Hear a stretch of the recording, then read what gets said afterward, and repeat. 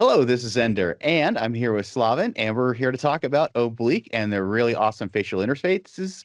I've reviewed them before, and I'm looking forward to a little more in-depth conversation. Hope you are as well. Yeah, thanks, Alex. And I guess before we get started, just wanted to thank you because you were our very first creator who gave us a try, and you kind of got the ball rolling about getting the word out about the company. Thank you for that.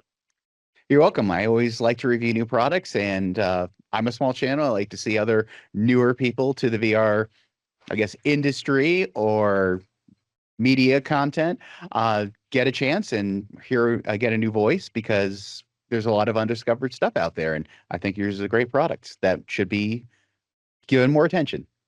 Oh, I appreciate that. And we launched back in September 23, right? So we've been at this for I guess almost 3 years, 2.5 years, and it was also something that was in development for a few years. Actually, the very start was back in late 21 when I tried just basically, to make interfaces, or should I say face gaskets. It was back, then it was Index, just kind of posted on Reddit, hey, I figured out a way how to make these. Back then, it was a very manual process and not nearly as refined, relying on a third-party face scanning app. But that's kind of what got me started, and also, helped, me make a decision to actually really focus on this as a business. Yeah, I think it's great you do. There's a lot of tinkering that goes on to make VR headsets comfortable. I've done a Absolutely. lot of that myself. A lot of us go to a third party cushion or a facial interface, but it's still trying to make something fit that wasn't custom designed for you. And as we've talked, every face is different, and you can only do so much with padding. You can be limited by the facial interface in terms of field of view. And a lot of people never think to do a custom solution because they don't know how to do it. It's cool that you offer it and that it does it with a 3D facial scan. I don't think people realize that your product exists and it really solves a problem people might not realize they have, or that you might have a better solution for them. Yeah, yeah. Actually, the way that got started was very much, myself being a VR user, going down the do-it-yourself route. So basically, back when I got my Index over there in early 21, I really wanted to use it. I actually planned on using it, for something completely unrelated, in terms of some, business ideas. I come from analytics background, wanted to do some, data visualizations in VR. Started learning how to do Unity, C sharp, visualizing data. I was like, ooh, maybe we can do something in VR, and that was the start. But then, I realized that it was just, super uncomfortable. And back then, Index, and I think still largely today, I think there was like a Kiwi design, kind of a face gasket aftermarket one. But basically, when I first got the Index, it was just unbearably uncomfortable, right? It was just, what I immediately noticed when I removed it is it was just, too narrow for my face. And that's how basically I got started. It was basically just me looking for a wider, face gasket for Index. And back then there simply weren't that many options. And the only option was, okay, if you want it to be wider, then, same frame, but, different Velcro padding, right? Thinner padding, which, didn't make a whole lot of sense. Like, the thing is uncomfortable, and now I'm going to use even thinner padding to make it, even less comfortable. So yeah, that's kind of where I got started. It was very much, do it yourself. And then I realized, initially it was just, like, how do I make it, wider? And I was just, getting into 3D printing. And I realized very quickly, as I started looking into the problem more deeply, that it wasn't just simply, make it a little bit wider. There are so many different, variations, and, well, back then I was just focused on my own face, right? So Sure. realized that, it was really kind of hard to get a, match, that it would fit my face, more or less exactly. And then also there was the, how do I get the best field of view, and how do I align the eyes to the headset that also needed to be controlled, right? So it kind of became, what I thought was going to be a simple do-it-yourself project kind of kept ballooning the more I, got into it, and, started to understand the true nature of the problem. Yeah, I have Index too. I don't use it a whole lot anymore, but I love it for a lot of reasons. I think if we got a high resolution Index, that would be the perfect headset for me. Oh, Everyone's yes. got their own preferences, and that's what's cool about VR. And it's a very heavy headset. And even though you can put different cushions on there, no one offered a different facial interface, like you said, for different facial shapes. And I think people don't realize how different their face shapes are and how that affects pressure as far as even if you put a bigger cushion on there, it might not balance out the pressure depending on the shape of the interface. So I was wondering if you could talk to what you learned about that a little bit. Well, yeah, that's exactly where I started. It was, thinking that this is just a simple matter of, just make it a little bit wider, right? But again, it's just, that really wasn't the only thing that needed to be, solved, right? So, yeah, and honestly, like I, was tinkering with it and basically took on a project to, make my index more comfortable. And I was kind of put in a weird situation, like where I, mounted the lighthouses. I did all, investment in time and effort into making that happen. And then I put it on and, and then I couldn't last more than 15, 20 minutes, right? So I was like, what do I do? Do I return it? Which doesn't make sense, right? Because I already opened it and I mounted it and I kind of felt like, there's something wrong with my face, right? Because this must fit everybody's face, everybody else's face exactly, but not mine. And like I said, it became a do-it-yourself project, a very big one, right?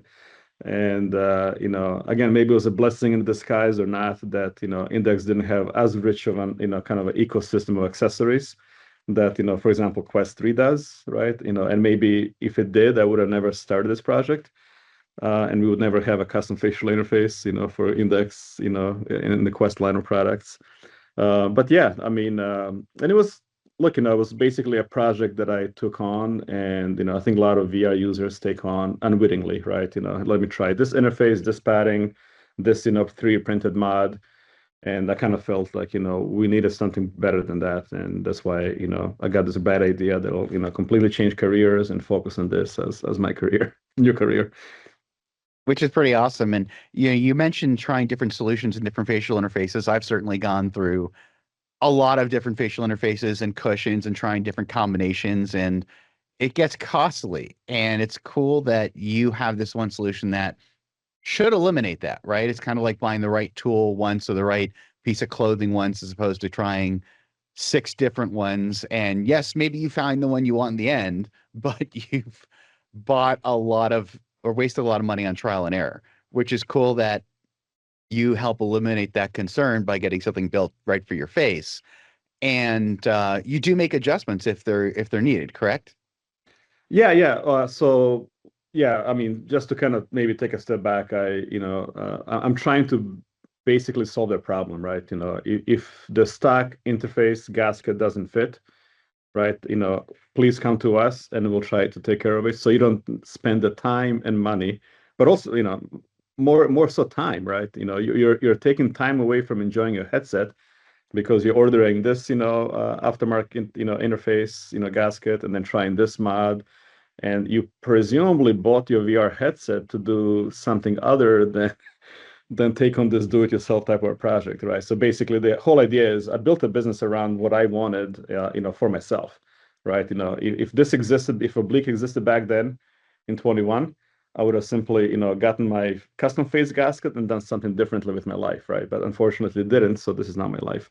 But yes, to me, if you will outsource the project of figuring out the comfort for you so you don't actually take it on yourself, if this is not something you're interested in, don't want to spend the time on, then in order to solve it properly, yes, if for whatever reason the fit is off, right, and we do use quite accurate face scans from the smartphones, right, sorry, iPhone.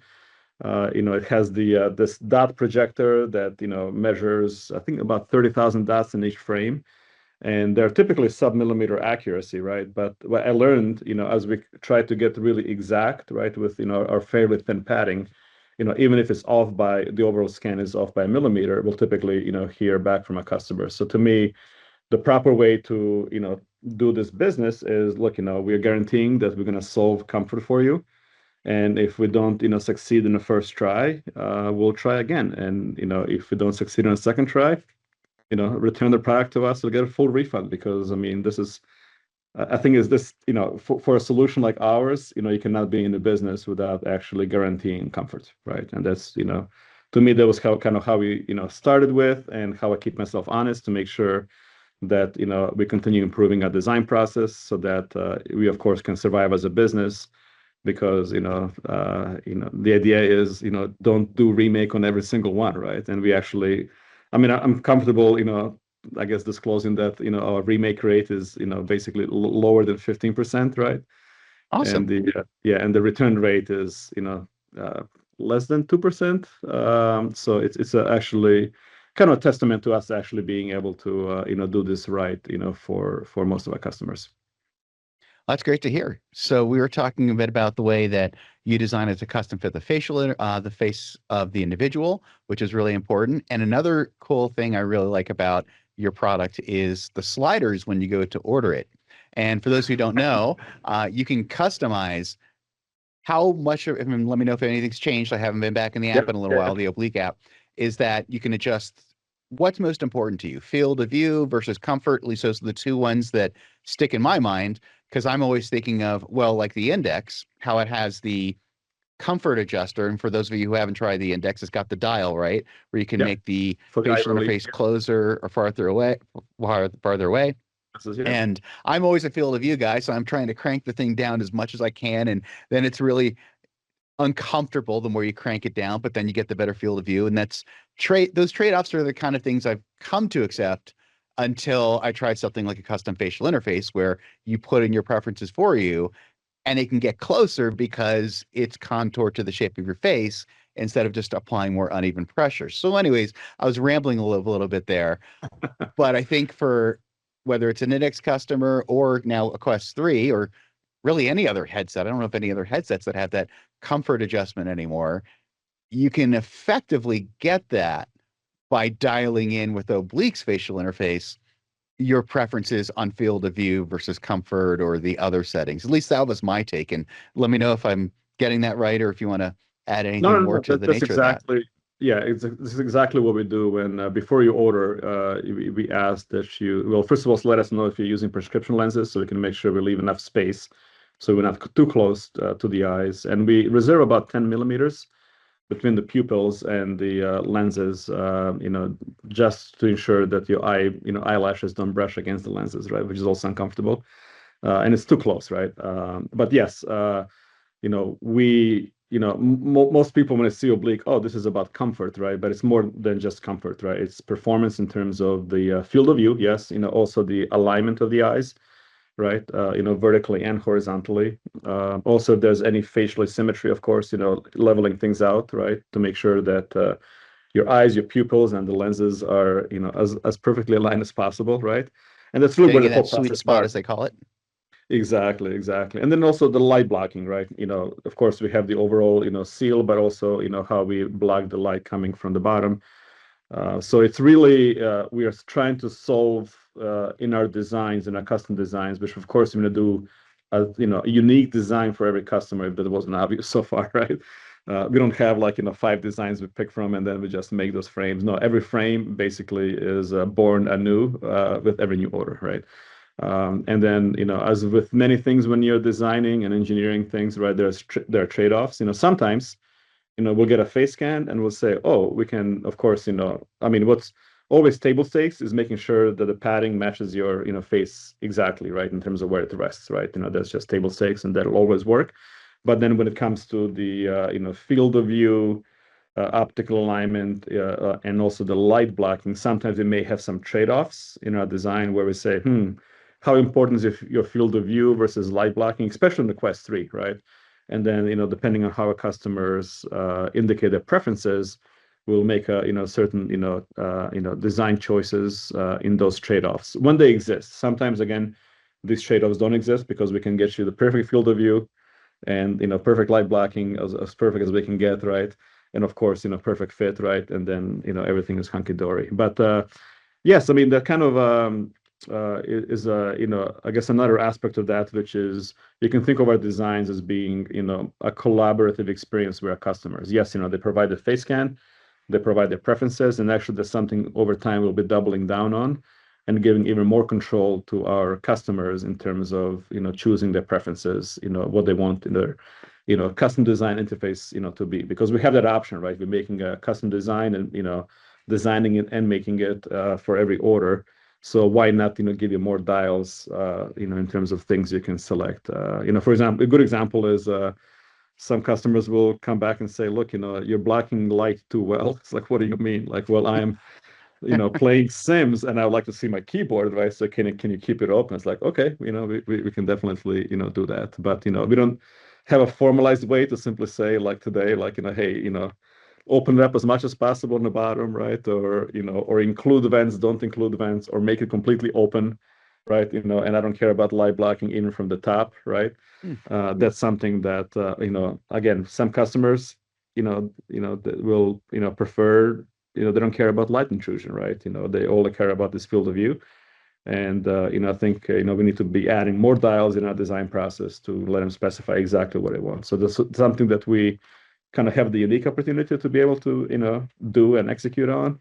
And I'll make sure that, going forward, we, put more of those, levers, if you will, right, directly in the hands of our customers.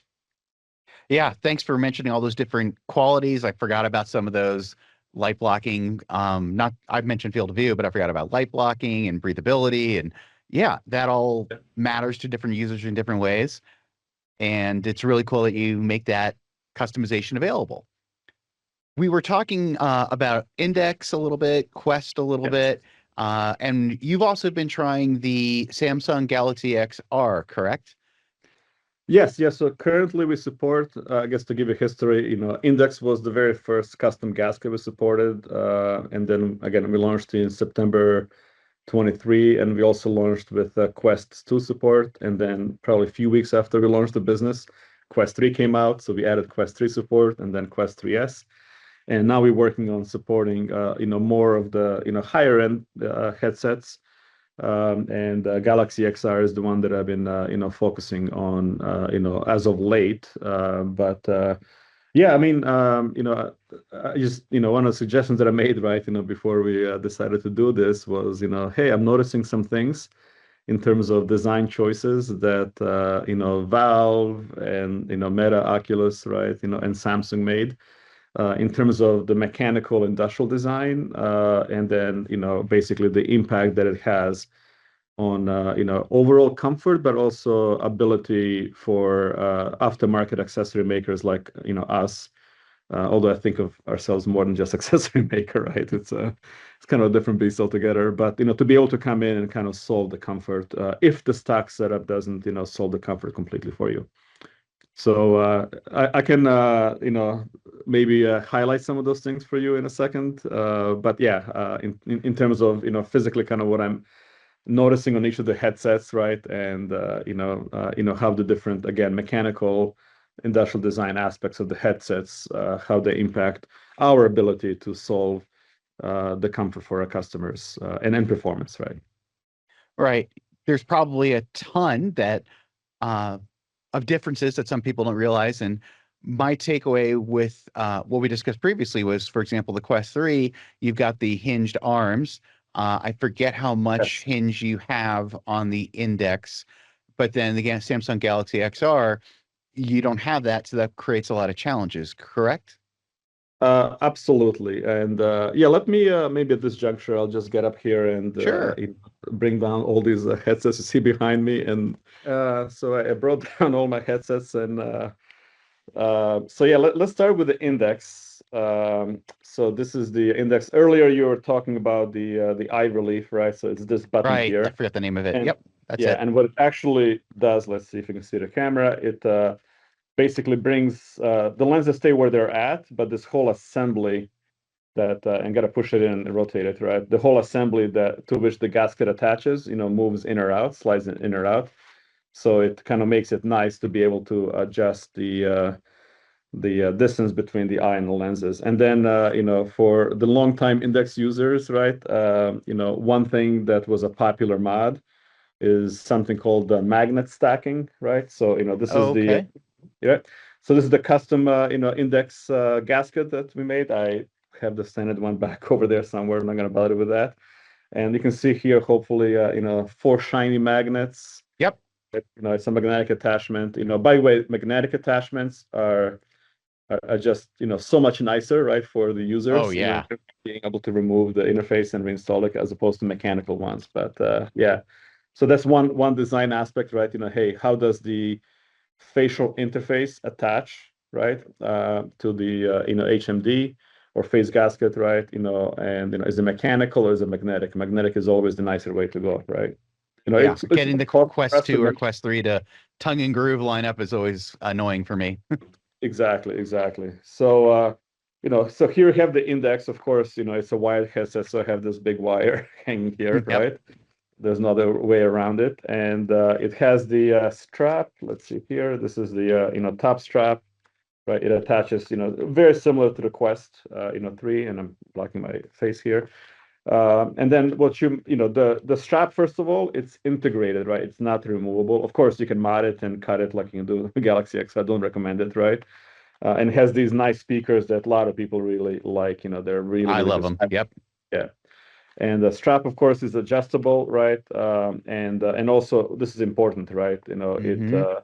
pivots around the front part of the HMD, so you can adjust the angle, right? So what I was referring to earlier, right? The magnet stacking trick. It was all about being able to change the angle, right, of the front part of the HMD and the lenses, right, vis-a-vis your face, right? Okay, So so if you were to put more magnets in the top of the facial interface versus the bottom to kind of angle the facial interface or something else? yes, and the reason for that is, and I'm kind of skipping around, the reason for that is for some users, the the eyebrows will touch the top of Okay. the lenses first, right? Yeah. So if you angle it down, right, if you kind of think of a lens like this, right, if you Right. angle it down, right, so that basically you bring the top further away or push it further away from your brow, and then the bottom is, of course, closer. Then your eyes are much closer to the lenses. And that's actually one of the that I forgot to mention earlier. It's a big part of our field of view optimization process is to Yes. actually slightly adjust this angle again virtually in our design. So when the whole plastic frame right is made, there's no need for index or no there's need for the Quest 3 or Quest 2 to change the angle or do any like stacking tricks or it's all baked into the design of the frame, right? Um, So that's a critical piece of our FOV optimization process, right? If it makes sense. Thank you for mentioning that. I'm glad you covered the history because I think I've heard the term index magnet. Yeah, sorry, magnet stacking for the index, but I didn't realize what it was. So I always like learning more here about the development of VR by the community at large, and then how you adapted that to your facial interface and your other designs is really cool for me to learn about. And I think for others too, because again, all most people do is maybe a different interface, more likely a different cushion, and it doesn't provide that kind of adjustment like you talked about. So that is really cool to hear. Thank you. Exactly, exactly. So again, it's going back to when I started doing this, right? I realized there are so many, I guess, design, so many considerations, right, in Options. the design, or I guess more like design goals, right? Okay. That if you're actually designing a custom interface for an individual person, right, then you have to solve for all those things, simultaneously, right, if you will, right? Of course, if you're designing for a mannequin's head or some average representation of a face, Right. right, you get to do all of that, but you get to do it once, right? Here we're Right. doing it, one face at a time, if that makes sense. Totally.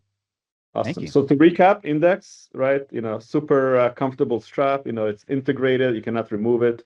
Of course, it has integrated speakers, which are beautiful. The strap can do this, right? It can pivot, right? The attachment is magnetic and it has eye relief, Right. right? So if I was to make a matrix, maybe we'll create some kind of a matrix here. We can kind of highlight all of those kind of design choices that Valve made when they made their Index. And don't get me wrong, Index actually is quite comfortable, right? Right. It has the built-in top strap, which for example Apple Vision Pro didn't have, right? And at least not at the initial release. And again, it's all integrated and actually quite comfortable, right? Except for when the gasket is too narrow on your face, like it was for me. It was just squeezing my temples like crazy. Yeah. Okay, and then I guess maybe I'll jump to the Quest 3 because that's really where you know in most of our orders have been for Quest 3. It's a very popular, accessible headset. And Certainly. you see immediately here, right, as I'm holding it up, my goal here was to strip it down as much as possible, as it comes out of the factory. So you can see that, of course, the strap is removable. It's, not, integrated. The arms, Hmm. which is very important, right, also move up and down, right? So you can adjust the angle, right, Right. vis-a-vis your face. And also, for the overall placement of the strap, right? So you can adjust, kind of how the force is applied from which angle, and so on. And then, compared to the index, this is actually one aspect that we didn't talk about, right? If you look at Okay. the curvature of the index, right, it's kind of what I would Right. call opinionated in terms of the shape of the face, right? It's got these, things that curve on the side, right, which to Okay. which the face attaches, right?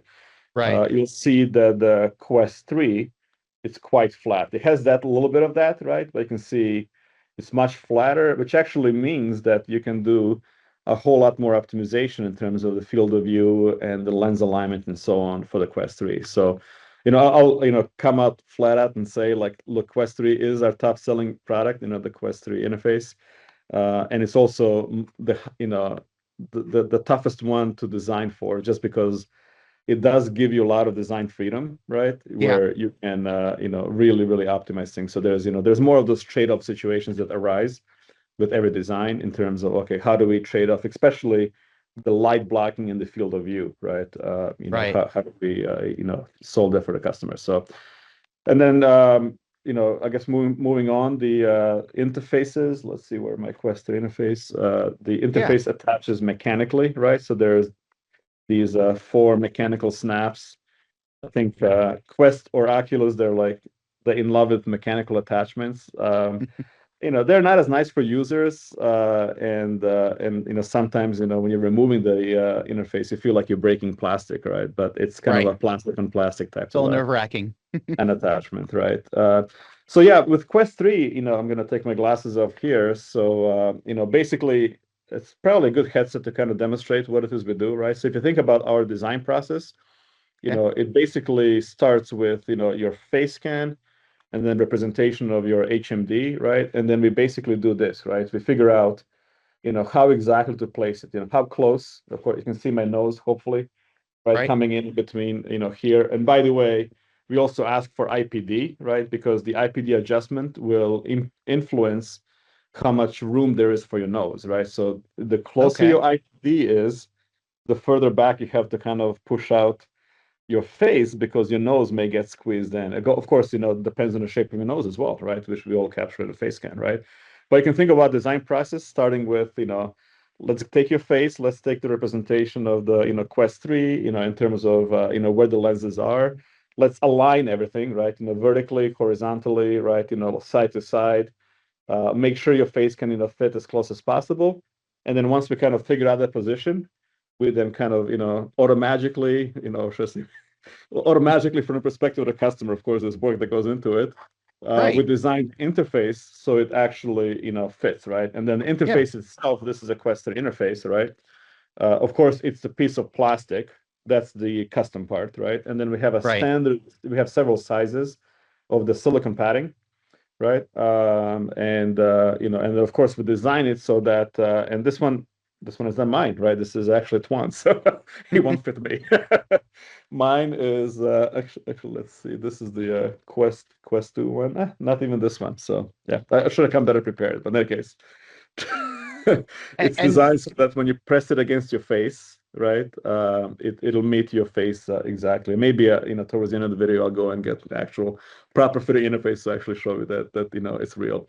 But yeah, it's plastic frame is custom for you and is designed so that basically once you attach the padding. So think of this as I'm doing this, right, kind of in an optimal way, right? I'm figuring out where the padding is going to sit, and then a design, this custom frame, which is, made out of plastic that basically fills the space in between. That's kind of a simple overall, kind of design approach.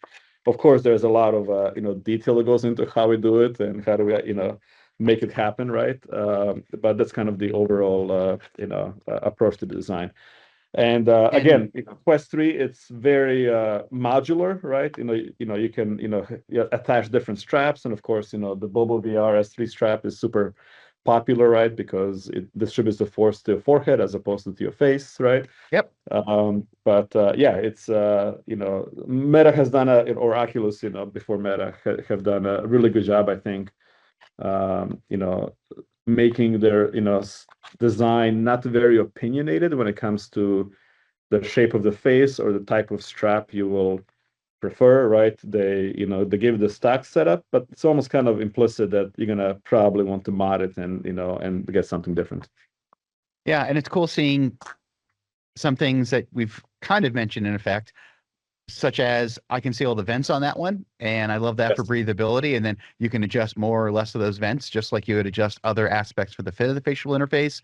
And then you've got that gasket, which at first thought I thought that is really thin. I hope that's enough padding. And A, like you said, there's more or less padding, but B, it also, because it fits your face so well, you don't need as much padding, and that's great. There's less compression and trying to pressure to make it fit versus it's fit for you, which I love about that design and your headset or your facial interface designs.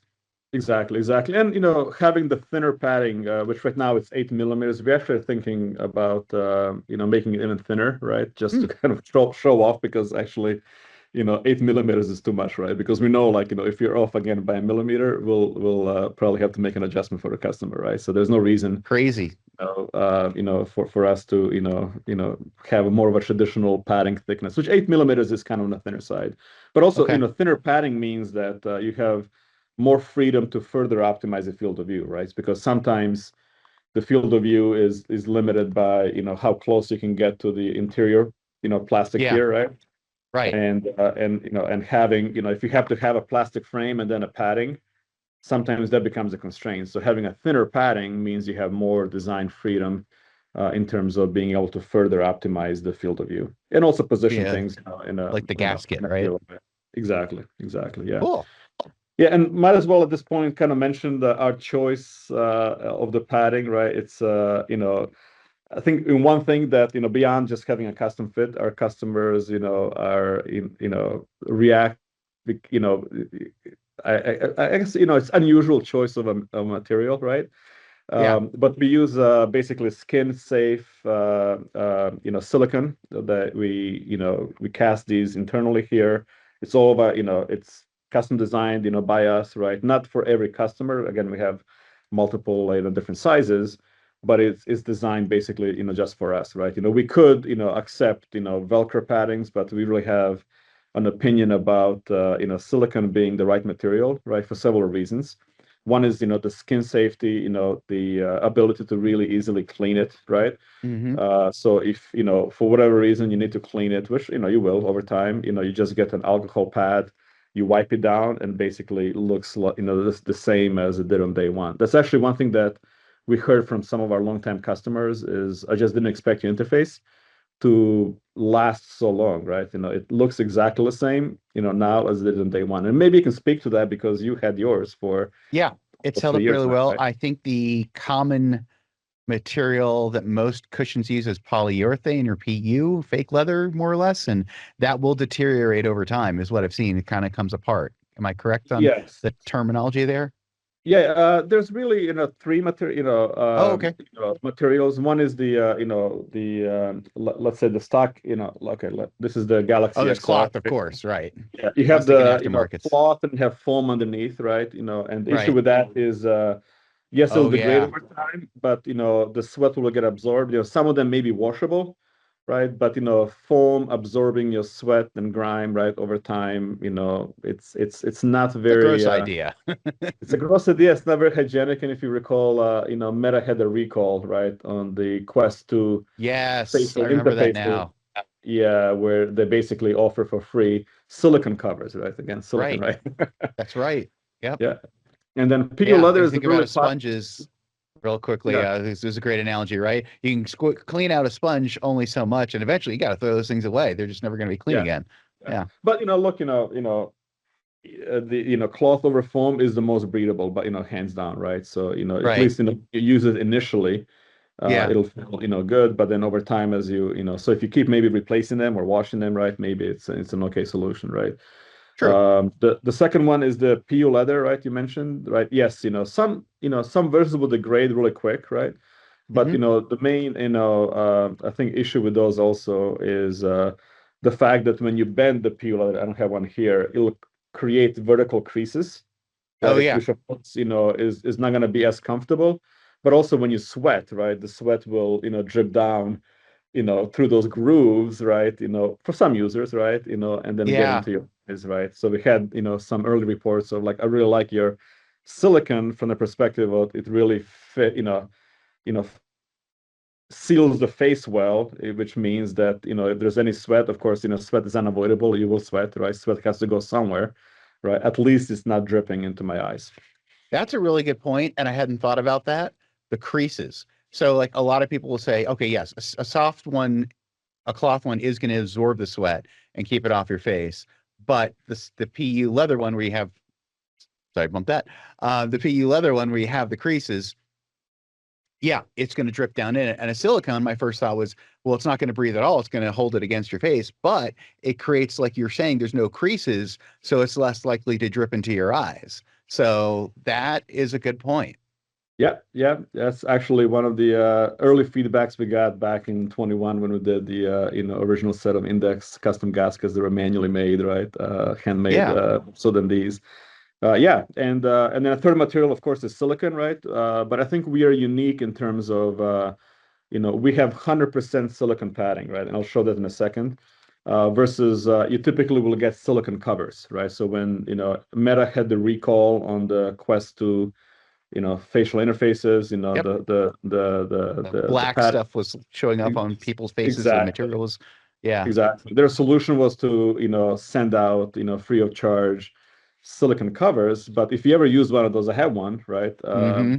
It's kind of a hard silicon, right? It'll slide around quite a bit, Yeah. right? Terrible fit. And yeah, and you will put it on and then it will kind of like spread out, right? And it wouldn't really, stay on that well, right? But that's, a Right. material choice. The silicon that we use is actually much softer version of silicon. What happens with softer silicon is, it's actually stickier, right? Or tackier, right? Yeah. And I mentioned earlier 15% return rate. I would say at least 10% of that is simply, our customers returning because they cannot just get over the feel of silicon. They just don't like Huh. it, right? Okay. And I wish there was a way, for me to have, let them experience that beforehand before we ship them out a full custom interface, right? Right. But and that's a very subjective thing, right? And it's just it's a different feeling, and in some people will initially kind of feel like, oh, this is really strange. It's kind of too grippy, too tacky, too sticky, right? I hate this, right? And then we'll say, okay, well, if you cannot get over it, after we suggest, hey, this it's easy to clean, and there's some virtue in I mean, there's virtue in it being a little bit grippy because it's not sliding around your face, right? Yeah. But yeah, I it's fair. I mean, we believe in it because we know it's safe, right? It's not going to be breathable. I'm not going to pretend that it's a breathable material, right? But if the sweat becomes an issue, typically what we recommend is wearing like a thin sweatband, right? okay. Because most of the sweat will accumulate in the forehead, right, in a hairline, and it'll start dripping down. And I guess I like to think about sweat as something that comes out and it has to go somewhere, right? And you have to Right. manage where it goes, right? So if you can trap it in something that's easily washable, right? And yes, some sweat will pool on the silicon, but if you can easily clean it and it's not causing issues session after session after session, then maybe that's the best solution. Plus, it gives us the longevity, and it also, when the silicon padding bends, right, it'll follow the shape of the frame really, really well, right, compared to the PU leather, for example, as we discussed earlier. Yeah, those are great things for you to share, and I'm glad you share that the some people it's just not the right material for them, and you're very open and you share that, and it's great for people to at least know that through our conversation here. Yeah, and also like the simplicity of it, right? You're not using any glue, right? The silicone attaches mechanically to the frame, Right. right? So I'll unattach it here, right? So basically, this is the oblique interface, right? The custom frame that's designed exactly for you, right? Which we, use, additive manufacturing, 3D printing to make, right? And then there we have, our exclusive, silicon, padding, and that's it, right? So only two materials. We use PETG for the plastic here. It's flexible and strong, right? It's not as brittle as other materials like PLA, right? And then Hmm. we use skin safe silicon, all as one part, right? This is all 100% silicon. We have this what we call backfill structure, and hopefully Okay. Yeah, you I can can see see it it. These are here. the Yeah, ridges. Yeah. it's ridged ribbed, right? Which basically is kind of a way to do lightweighting and also to make the silicon softer, right? When we did Index back in 21, it was all solid silicon, and I Okay. think it was 4 millimeters, and some people loved it, right? So, we've Yeah. gotten beyond that, like looking, okay, I'm not gonna torture you with solid silicon, right? Which is really hard, right? Okay. Let's actually lightweight it, and then we have these buttons, Yeah. right? Silicon buttons that basically just go through holes, and maybe I'll attach one really quick. These are the ones on the top are easiest to attach. You basically just pull it through, right? And that's pretty much it. And I one of think the it's things cool. that, go ahead. Unlike some interfaces, well, most of them have Velcro, and the glue that holds the Velcro to the headset, sometimes it comes off with the cushion, and then you got to put that back on and hope it sticks. So I'm glad you Yeah, eliminated that concern. yeah. We again, I'm keep going back to what we did in 21 on Reddit. But those gaskets, right? Yeah. We had the solid piece of silicon was glued onto the frame, right? Okay. And I learned quickly that gluing silicon onto plastic is very challenging because most people probably don't know this, but if you try to like super glue silicon, basically nothing will happen, right? It'll just fall right Oh, off. Super glue on chemically, it just silicon. doesn't work.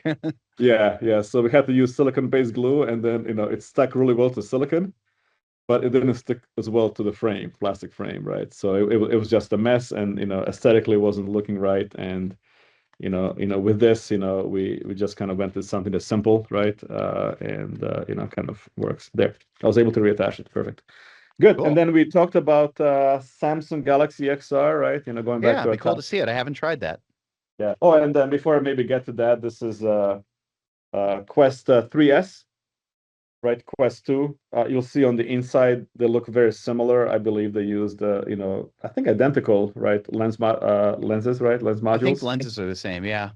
Yeah, exactly. And then you also have the for IPD you have the three settings, right? As opposed to Right. continue, from 58 millimeters to 70 millimeters on Quest 3, right? The stepped design versus the stepless design, right? For the Quest 3 Exactly, and the dial. exactly. Yeah. Exactly, right. Oh, And then you can see in terms of Quest 2, right? It's again more opinionated design of the housing, right? right. Quest 3S is a little bit flatter, right? So I think, over time, Meta probably learned that, hey, this design is probably, better because, this curvature will then, maybe disagree with some faces, right? And some face shapes. Very good. And again, the same thing, right? The arms move, on this is the Quest 3S, right? And yeah, Quest 3S straps are compatible with Quest 3 straps, vice versa, right?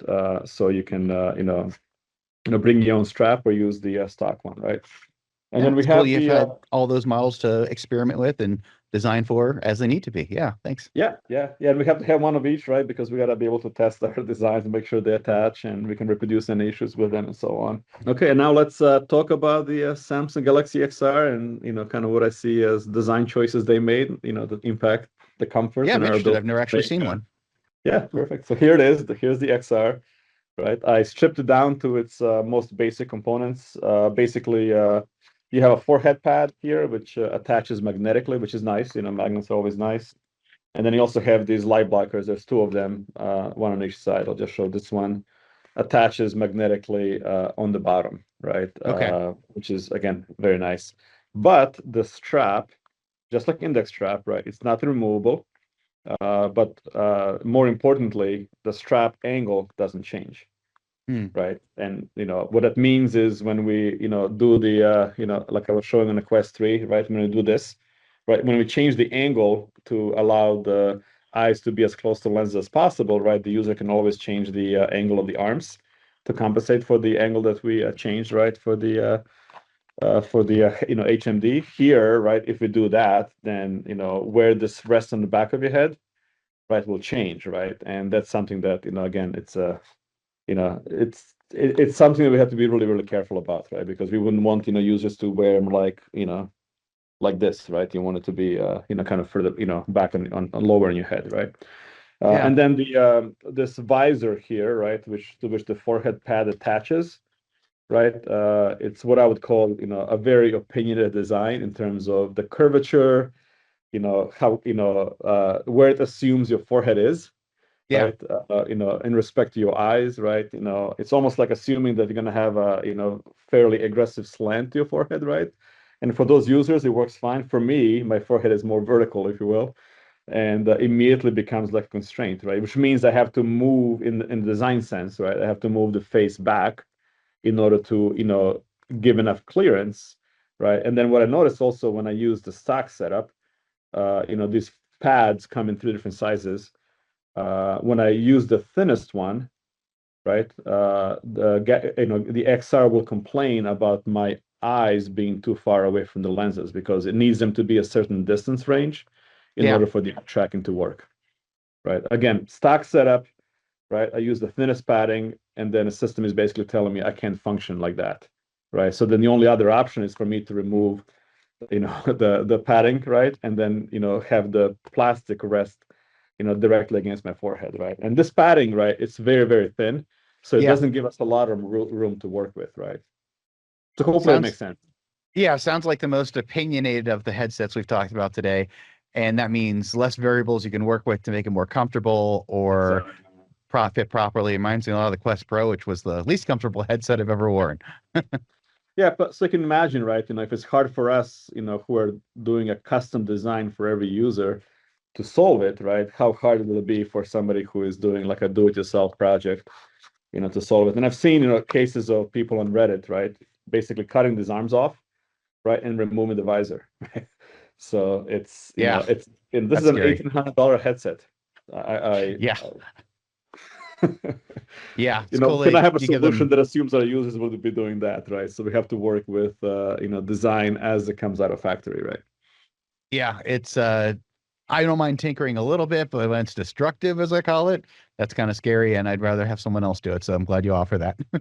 Yes, yes. Again, going back to, do you really want to take on this do-it-yourself project, right? But, again, in that case, the right decision, right, for you is to return it, right? Because look, it just, it doesn't work, right? It's complaining that my eyes are not close enough, right? And also when I remove the forehead pad, I have these two big red marks because it's so curved, Yeah, right? Everything, all the pressure is, here, right? And there's, yes, it was just launched and there's no aftermarket alternatives. So what do I do, right? I think return then becomes like the most logical option, right? And people hate doing that, right? So right. good. Cool. So we covered a lot of ground, here. And again, I thank you, Alex, for the opportunity to, for me to, get the word out more about the oblique. And, I love, talking about this. We just started establishing a, social media presence. So we're doing, playing a little bit with, some shorts and so on. We haven't done any long form videos. So, this will probably be the first such video. But yeah, I mean, love talking about our business and explaining what it is we do.